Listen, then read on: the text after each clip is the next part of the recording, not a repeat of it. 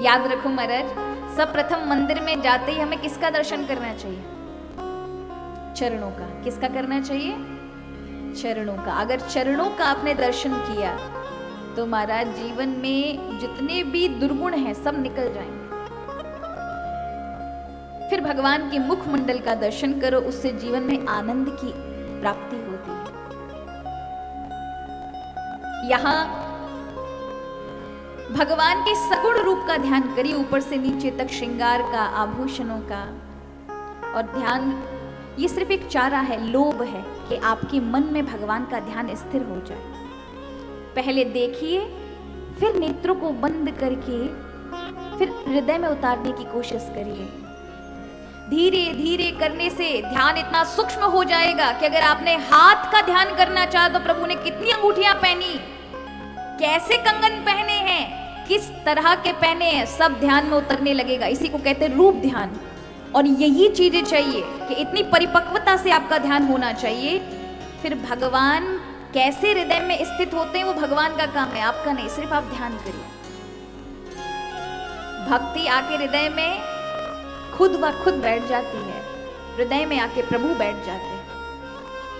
अगर ये ध्यान होने लगा तो समझ लीजिए ठाकुर जी की कृपा, अनंत जन्मों की तपस्या साधना फलीभूत हो गई।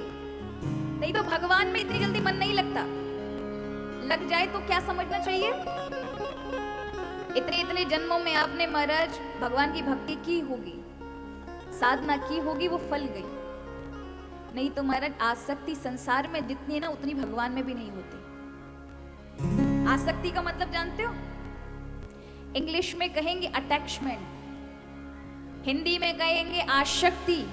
आसक्ति माने आ जाए और फिर जाए नहीं, उसका नाम आसक्ति। आसक्ति का मतलब है कितना भी दुख पड़ जाए, विपत्ति आ जाए, लेकिन जिस चीज से, जिस व्यक्ति से प्रेम है, दुख पड़ने पर भी उसे छोड़ने का मन ना हो, उसका नाम है आसक्ति। पत्नी रात दिन गाली दे रही है लेकिन छोड़ने का मन नहीं है हमारे। बेटा रात दिन गाली दे रहा है लेकिन घर छोड़ नहीं रहे।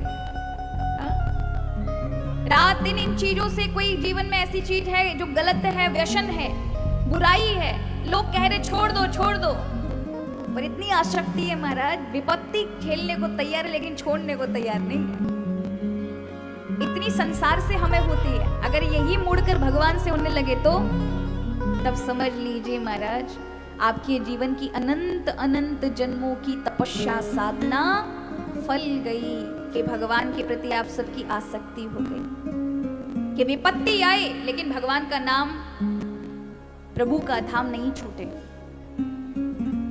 कई बार लोग क्या करते हैं, संसार से इतने चिपके होते हैं, संसार में हम सभी की इतनी आसक्ति होती है कि जब भी कोई काम होगा तो भगवान का काम बंद कर देंगे लेकिन संसार का काम चालू रखेंगे। कई बार कई लोग जन्माष्टमी नहीं मनाते, रामनवमी नहीं मनाते, नवरात्रि नहीं मनाते, होली दिवाली नहीं मनाते। उनसे पूछो वजह क्या है? हमारे दादा परदादाओं में से कोई मर गया था, इसलिए हमें फलती नहीं है जन्माष्टमी, हमें फलती नहीं है रामनवमी, हमें फलती नहीं है नवरात्रि, हमें नहीं फलती दीपावली। सुना होगा, आपके आसपास भी कुछ लोग ऐसे होंगे।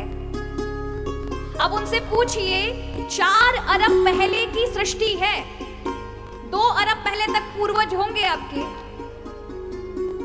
इतने सारे अरबों सालों से चले आ रहे हमारे पूर्वज।